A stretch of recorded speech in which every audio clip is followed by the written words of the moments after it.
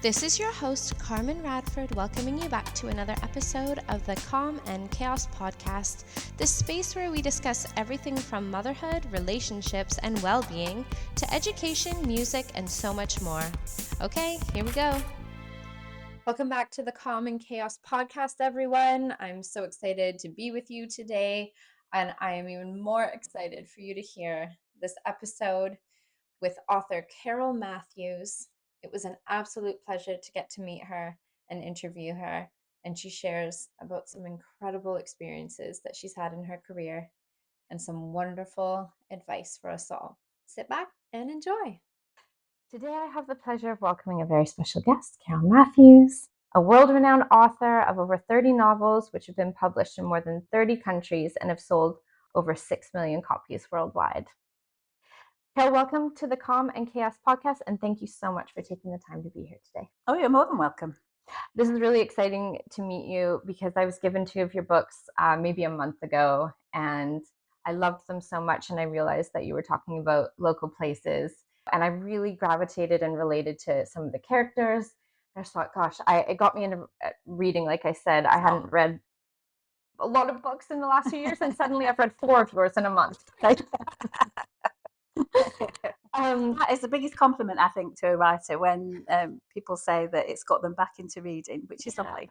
Yeah. Oh, it's so good. Well, you have, and like such a wonderful thing at the end of the day to be into a book, to be excited, to hear what happens next, to read what happens next. Yes, it's I think the other thing I do as a writer is I try and write short chapters.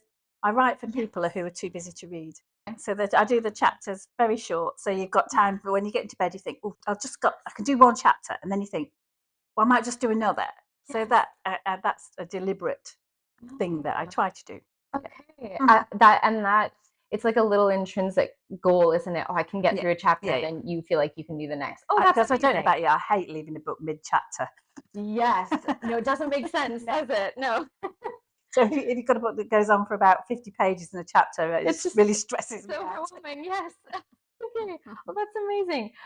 The first 2 I read was The Only Way Is Up and The Sweetest Taboo. Yes. And I thought it was just by fluke that I got those 2 first. And reading one with some heavy issues in it. Yeah, I think the thing with, books generally with pink covers, people can be quite dismissive of them. But most of the writers in my genre, the fun and the laughter is underpinned, as you say, by kind of little issues with a little I. Yes. People are dealing with on a daily basis. Exactly. Yes. So they are very, and quite often my stories are drawn from life. Yes. So that I guess gives them a little bit of authenticity under the ha ha he he. Yes, and I loved the covers, and then I was as I was reading them, I thought, oh, she's absolutely nailed me as a reader because I love thinking, there's going to be some uplifting things in it. But then I thought, wow, these are daily problems. These are real problems that loads of us are dealing with, and then all of a sudden it's very relatable. Yeah.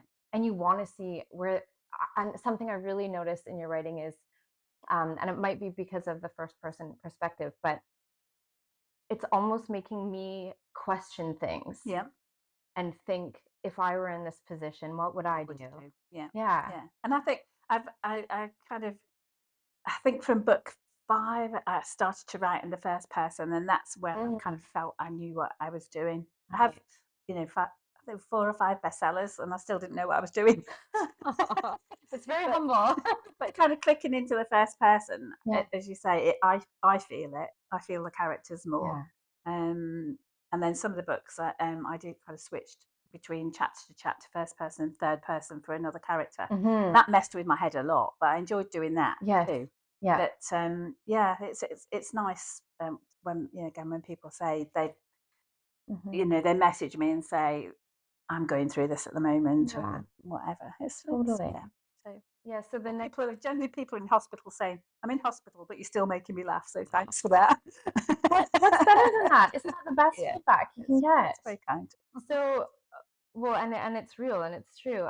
The next book I read was The Sweetest Taboo. That's an oldie. I loved it. Yeah, oh good. I loved it. So it was interesting just if I can just draw on my personal experience, because this is what's got me so excited about your books. The first one, The Only Way Is Up, my family went through something really similar when I was a kid. So I was like, whoa, I'm seeing it from the parents' perspective. And it was heavy, but equally, you feel a sense of, I don't know if calm's the right word, but when you hear that other people are going through it and you can kind of see how it unravels and how they deal with it, it gives you a little bit of a resolve and more understanding. Well, it's a funny book, that one, because it was written at the time of the bad recession in the UK. Mm-hmm. 2008. Can't remember how long ago it was written Right. now. I've done 34, so they all kind of like blur I'm sure, slightly. yeah. But I took it to my editor, Mm-hmm. and she said, I think this book is too now. In a few Oh, years' time, it'll be dated, because it's about a family who have everything and yes. lose it. And it's about them rebuilding their life and Yeah. finding out that actually money Isn't doesn't everything. mean anything. And it's the friends that support you that is the Yeah, it's your important thing. village. Yeah. And so she was reluctant Mm-hmm. about it as a story, because she felt it would be dated. And I think the sad Oh, thing is it's as relevant as ever, kind of, all these it years is. later. Yes, I think it still resonates with a absolutely. lot of people. Yeah. That's exactly it, because I thought of it. It was the 2008 recession that hit my family, Mm. but equally, it's not an easy economy now, No. and so it's actually a really good way to keep perspective Yeah. reading Yeah. reading a book like that. And then in a more fun way, The Sweetest Taboo, I related because I moved across the country when I was 27, and I got this I changed the trajectory of my life and met new people. And so it was so fun after that book, which I absolutely love, but going to this really fun one, Yeah. it was just lovely. And I just thought every book I read of yours, it's a new experience. And I read an article where you were interviewed, and you said you write a lot about personal experience. Yes. And so one of the quotes was, I find it much easier to write about a place when I've actually been there and done that. When I visit a place, it invariably seems to throw up extra elements to the story too. So when you read my books, you know that I've usually been through most of the things my heroine has. Can you speak to that? I thought that was really interesting. Yeah, I do. And funny enough, I was having a conversation about that yesterday with somebody else. They asked me about research, and I think you do. You kind of plot out a novel, and you think, oh, I want this in, and I want that in. And I always liked to go um, to the place where I was setting the book. I mean, you can do so much online now, can't you? Yeah. You kind of sit in your office and never have to leave, and Yeah. everything is on the internet that you want to do. Yeah. But I think there's nothing quite like going to somewhere No. and immersing yourself in that place. And it does, you meet people, Mm-hmm. and it throws up a different kind of element to the story or whatever, or you think you're going to go that way and you think, well, actually, that is also a good way. And Mm-hmm. sometimes if you get really into your characters tell you anyway. And that sounds a bit woo woo, but No. those are the best books, that Yes. you're hanging on to your character's coattails and they're writing the story Yes. themselves. Doesn't happen in every book, unfortunately. Yeah. But so that, I think that's why research to me was always very important to kind of doing. Absolutely. Is there a particular experience of doing research, or maybe finding yourself in a moment where you thought, oh, this would be so great for a book? Is there one that sticks out to you? Yeah, I think the two, well, three, I guess, that have been most like that is Summer Daydreams. I met a lady who was online, and she had Barbara Cartland as her profile picture. And so I messaged her and said, she designed handbags, and I messaged her and I said, love your handbags, and obviously you're into romance writing. So she sent a message back, and we ended up chatting backwards and forwards. And she ended up designing some bags for when we had the Chocolate Lovers Club Mm-hmm. out, which has been my most popular series worldwide. So she designed some handbags for that series to give away as gifts. Mm. And we became friends. And I followed her story because she was working in a chip shop. Okay. Had done really badly at school, was working in a chip shop. And the people in the chippy took her to one side and said, you're too good to be doing this. You should be doing art.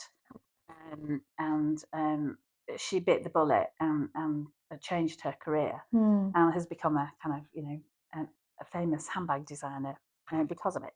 So Summer Daydreams is her story. But the difference a day makes came from I sat next to somebody at an author dinner, and they were both TV producers, and her husband had wanted her life in the country and small holding and all that kind of thing, and she didn't. She wanted to be a TV producer still, but because of her husband, he had a heart attack, and because of his illness, they decided to give up their stressful jobs and buy this small holding. Okay. And she'd only been there a couple of months, and he died. So she was then left in the country with no friends, with this small holding, and trying to rebuild her life. And we sat over a bottle of wine, and at the end of it, I said to her, "That's a book." And she said, "You are kidding." I said, "No, it is. It is a book. You've come back from this terrible disaster and turned it round. And you always have to ask permission if people don't mind you kind of taking bits of their life and mixing them up. So that became The Difference a Day Makes." And that's one of my favourite books. That's really special. Yeah, and then the third one, which was a very important book to me, was Summer Paper Hearts and Summer Kisses. And we went through so many title variations for that book. I can never remember which way around it is. And that was my friend Christine. I do a lot of paper crafting, and she got me into that. And she was a TV presenter on one of the selling channels, the craft channels. And again, her son had a brain tumour, and they just dealt with it in the most amazing way. And I asked her, could I write that story? And she said, "How are you going to make this funny?" But that's how they had dealt with it. They had dealt with the darkness with humour, and I gave them a happy ending, and they had their own happy ending. So that was really lovely. So yeah, out of the weirdest things, it can be just a conversation or whatever. And I'm nosy. I like to know people. You know, from when we just first met, I'm like, "Have you been? What have you done? What have you done?" So yes, I do like to, But chat. It's interesting to find out people's stories, isn't it? It is, and yes, I think as an author, you have to be interested in people to write about those things. I think. And to listen, because you just learn so much more when you listen, don't you? And everyone has a story, and you don't know unless you sit back long enough. And when I used to do teach writing courses, I used to say to them, "You're given one mouth and two ears, and there's a reason for that." Yeah. And that I used to start my writing classes with that exercise. You sit with another person, and you listen to them for 5-10 minutes, and that you write down what you've learned from them. Right. And that's, I think, that's amazing. Yeah. That would be wonderful in any classroom. Yeah. So what led you to become a writer? Because you've said a lot about other inspiration, but what first sparked that in you, or what? Really weird route, I suppose. In that I was a secretary when I had a real job. I read that. Yeah. So authoring's a real job. You're helping people. I just make stuff up. And then I retrained as a beauty therapist, and I went to Champneys and retrained as a beauty therapist. And I worked as a therapist for about 15 years. Oh, wow. And then I ended up, it sounds bizarre now, but it was at the advent of daytime telly. And there was nothing on television about beauty. I mean, it just seems incredible to believe it now, doesn't it? But I wrote to Central Television and said, "There's nothing on the telly about beauty. This is my ideas for a programme." And they messaged me back and said, "Oh, come in and do a screen test." So I did. I went up there and I did a screen test, and I ended up on telly for a couple of years in a show called Look Good, Feel Great. And the other people on that were the Green Goddess, Diana Moran, who did exercise on telly when that started, and who was the other lady? It's just gone out of my head. But it'll come to you. Yeah, it was. It was a kind of interesting time. And I realised then I wrote my own scripts, I realised then that I kind of was better behind the camera. I didn't really like being in front of the camera. Rosemary Connolly was the other person who did the hip and thigh diet back in the day. Wow. So that's where her hips and thighs started. So and then from that, I started doing articles for magazines. Fantastic. Whatever. And then I'd always been an avid reader. Always been an avid reader. I was an only child, and my kind of thing was books. Okay. And so, for reasons best known to myself, I was buying a magazine to get leads for journalism, called Writers' News, and they had a monthly competition. And one month I thought, you know what, I'm going to enter this, and I won £1,000. Wow. And I thought, wow, this can't be hard. Yeah. And I did the most sensible thing I've ever done in my life. Instead of spending it on handbags and shoes, I spent it on a writing course. And I know. So I went on this writing course, and the deal was you wrote during the day and then you read out your stuff at night. And I was reading out bits of, I thought, when the course came around, I thought, well, I better start a book or something. So I started a book, and was reading bits of that out at night. And the tutor took me to one side and said, this is good enough to submit. Gave me the name of an agent, and kind of it was as quick as that. I submitted the book Christmas week. I would never advise anybody to do it. I sent the book to him Christmas week because I just wanted it out of the house. Okay. I'd finished it and I wanted it gone. Yeah. And he rang me up the week after the office opened, and he said, you were the only thing that landed on my desk that day. So I took it home for Christmas and read it. And within a week, he'd got a publishing deal for me. So I kind of went from not being a novelist to being a novelist really quickly. And it was at the start of the whole chick lit romantic comedy, Bridget Jones. Yeah. I hit that wave here. Okay. And I was very fortunate in that then the Americans bought every English book known to man in that genre. So I had a lot of success in America. Yeah, it's really spread, hasn't it? Yeah, in Canada. Well, I got on in Canada. I did really, really well too. In America, I got on one of the TV book club shows, reading with Kelly Ripa. And I mean, bless her heart, she picked my book, For Better For Worse, on her show. Fantastic. And it went from something like 637,000 on Amazon to number 3 the same day. So I know, straight onto the USA Today bestseller list, New York Times extended list. So yeah, you can't buy that, can you? That's just kind of... That's incredible. Yeah. Absolutely amazing. In that same vein, I read, so I was curious, each book of yours I read, I think, well, that could easily be a film. And I would absolutely watch that film. So have you ventured into that market yet? So, yes. So many of my books have been optioned over the years, and we get close and then something happens and it doesn't get made. So none of them have ever been made. But, you know, and who knows? You never know. Absolutely. I feel there's a big gap in the market. Yes. Because what was working title were doing all the Love Actually and Bridget Jones and that kind of thing. And they don't do so much of that now. And so, you know, I feel a lot of the TV and film is heavily weighted towards crime. And sometimes you just want to watch something lighter. Yeah. Yeah.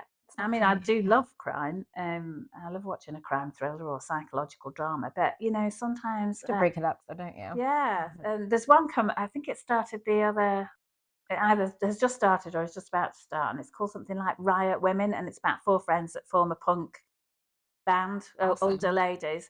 And it said it's mainly about their friendship. And I think, the Chocolate Lovers Club would make such a good TV series. It would. You know, especially with so many streaming sites now, I think it would. But yeah, I think that would be so nice. Like, this podcast is very centered around women's wellness, and there's so much research that comes out just how therapeutic talking is. Yeah.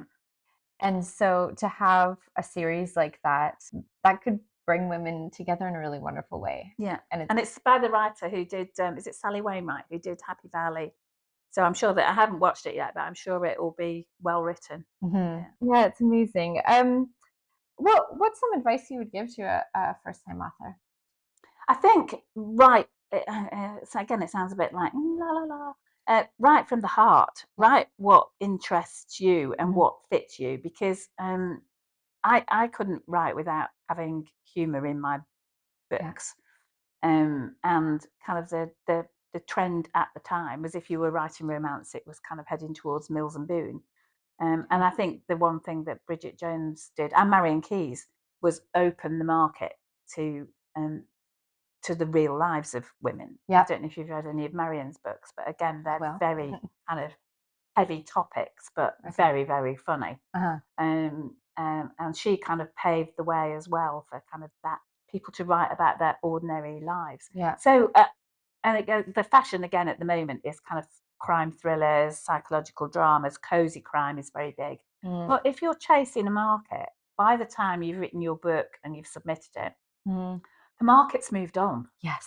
So there's no point chasing trends. Just write the book that you want. Try to write every day, because your writing muscle is like any muscle in your body. It can be trained. And the more you write, the easier technically it gets. And no writing is wasted. It is all teaching you your craft. So that's what I would kind of advise people. That's really and read. The amount of read. When I used to do courses, the amount of people that want to write a book and they don't read, and you think, well, that's your kind of craft. And again, one of the things that Marion has said previously in the past is that she believes that readers make good writers, because you kind of absorb the craft by osmosis. I think that's probably true, really. Absolutely. Because I used to read a book, and think, well, I would have done that differently, and I wouldn't have done that, and you don't realize you're doing it, but I think. But it's like anything, isn't it? You're taking in, because your brain is, like you said, it's absorbing things. It's also thinking really creatively and critically as you read. Well, you wouldn't try and be a music teacher without listening to music, would you? So why would you be try and be an author when you don't read? Absolutely. So I think particularly reading in the genre that you're interested in, but also broadly as well, because one of the things I was saying to you earlier, I do short chapters.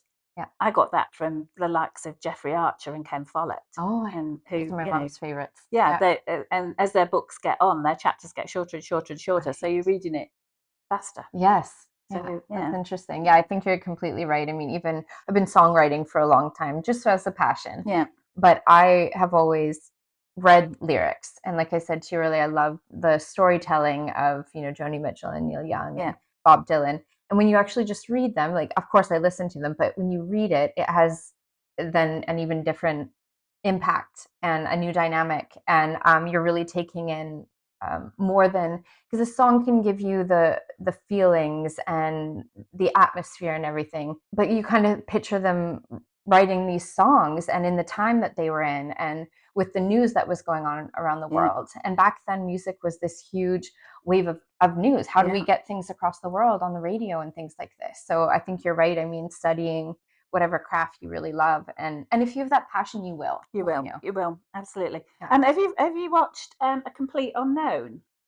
It's I've gotten halfway through it so far. Bob Dylan, with Timothée Chalamet playing Bob Dylan. We've been on holiday recently, and we watched that one night, and I just thought it was great. And I didn't. I kind of Timothée Chalamet's kind of passed me by. I saw him in June and thought, but he was so good as Bob Dylan. I thought he was absolutely brilliant, and great. I really enjoyed the film. And it was one of those we had to Google quite a lot while we were watching it to fill in the gaps, because I didn't know very much about him, really. But very interesting film. Really interesting. And I think, I've read a lot about Bob Dylan, and then Joan Baez. Joan Baez. Such an incredible story. And I think in a way, I've read a lot about musicians, and especially when an autobiography comes out, and they can kind of tell their stories from their perspective. But then, you always kind of think, is the movie going to be, is it going to kind of change the visions in my head a little bit? But yes, I was recommended that, and I have started it, and it's quite brilliant. Is there something really interesting that has happened to you? Well, I know you've touched on this, but is there anything that stand out that kind of hit you during your research about writing? I kind of learnt with the writing process that I need to sit in an office with a blank wall. Yeah, okay. No distractions. No distractions. Just your mind.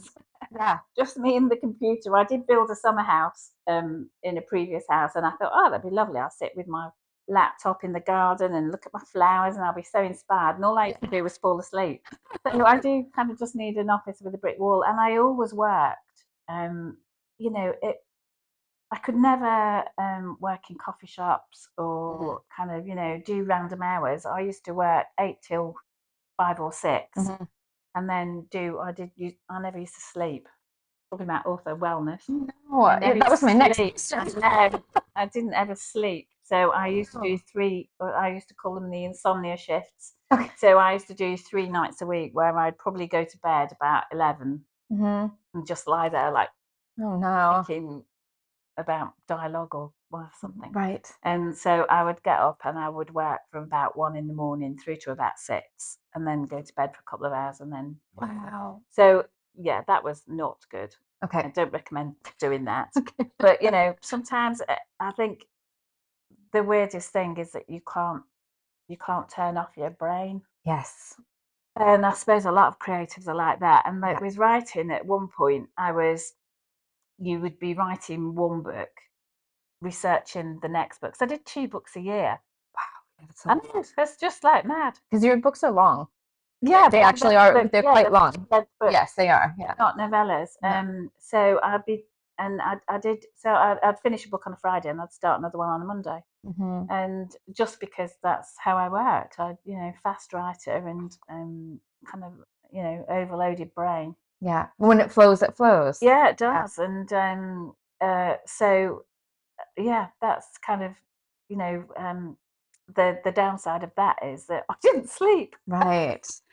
A lot of us can relate to that. That's for sure. I kind of stopped. I stopped writing when it got to COVID. Everybody went a bit mad, really, didn't they? It was all a bit weird. And I gave in a book in the July of lockdown, and just had no concentration.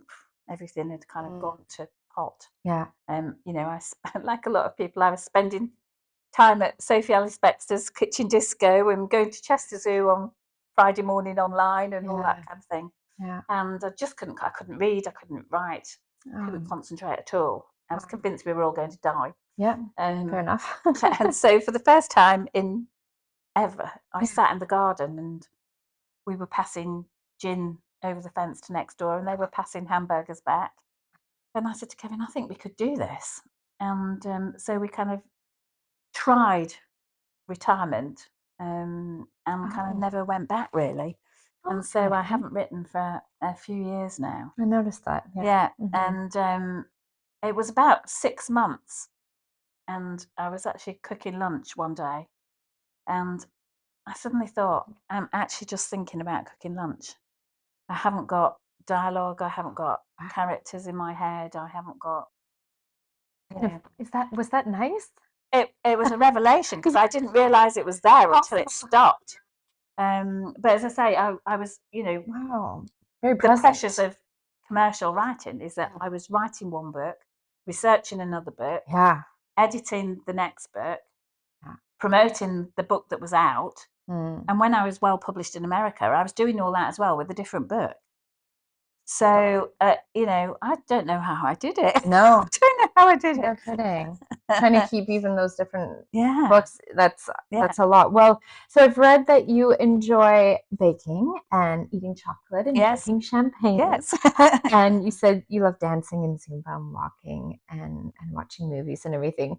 So is there anything, a lot of our listeners are women looking for tips on wellness, and I really feel that the more that we share with everyone, there's just more awareness raised, you know, and there's more that we can apply to our own lives and hope it helps. So is there any tips that you'd love to give to the listeners? When you get to a certain age, get HRT. Don't fight it. Yeah. I talk about menopause and menopause weekly, not daily with people. Yes. Yeah. I struggled for years. Yeah. And again, that was, I think, one of the sleep issues too. Yeah. I struggled for years. Kind of not knowing whether it was menopause or not. Yeah. And HRT was a revelation. Wow. And it was Kevin who kind of pointed that out. I was kind of thinking, I need to do something. And he said to me, look, if you were diabetic or had thyroid issues, you would take the medication. Why do you not just try it? Right. And I thought, you know what, let's just try it. Yeah. And they said, oh, it'll take about 3 months to kick in. Within a week, I'd gone from having like an hour sleep a night to sleeping like a baby. Wow. Yeah. Just That's wild. completely different. So yeah, I still have the gel HRT. Okay. That's as a woman. Yeah. There's lots of scare stories about how terrible it is, but do your research. Yeah. A lot of the things are very beneficial, and I have osteopenia, which is just before osteoporosis. Yeah. And HRT is brilliant for that. Oh, Yes, wonderful. don't fight it. Yeah. If you need it, try it. Yeah. It might not be for everybody, but try it. Yeah. And then the other thing is, we're big walkers, and that's when we do all our talking. When you've not got the telly on, or you've not got the radio on, or you're not thinking about anything else. And we live in Milton Keynes, and all year round you can walk on our lovely red ways and around our lakes and things like that. So we walk every day. I walk with my neighbour every other morning. Wonderful. At about 7 o'clock, we'll go out for an hour. And we started that in lockdown, and we continued it. So 4 or 5 years now, I guess. Wonderful. So we do 3 miles in the morning, and then Kevin and I walk a lot. And as I say, it just takes you out of yourself. Yes. We love it. Out of your mind into your body and into calmer space. You very kindly gave me a lovely card with a canal painting on it. And we're very, very lucky in Milton Keynes that we have the network of the canals. We have the Grand Union Canal runs through here. And I love being along the canal, walking along the towpath or on a boat. We're very lucky. We've got friends who've got a boat that take us out sometimes, and we're hiring one in a couple of weeks. Wonderful. For the day. So I love our canal. So I like to walk. If I'm walking on a towpath, I'm very, very happy. And then the other thing that we got into when I kind of eased back on the writing, we got an allotment, which was a bit of a shock, really, because I'd started writing. I've got a friend called Anne who runs a site called Milton Keynesia, and she did it as a published magazine for a while. And she kept saying to me, write me a column. And I'm like, no, I just don't have the time. And she's like, write me a column. No. And then she said, you can write it about gardening. And I said, but I don't know anything about gardening. She said, yeah, I know, but it'd be funny. So for about a year, I did a gardening column for Anne. And it was funny.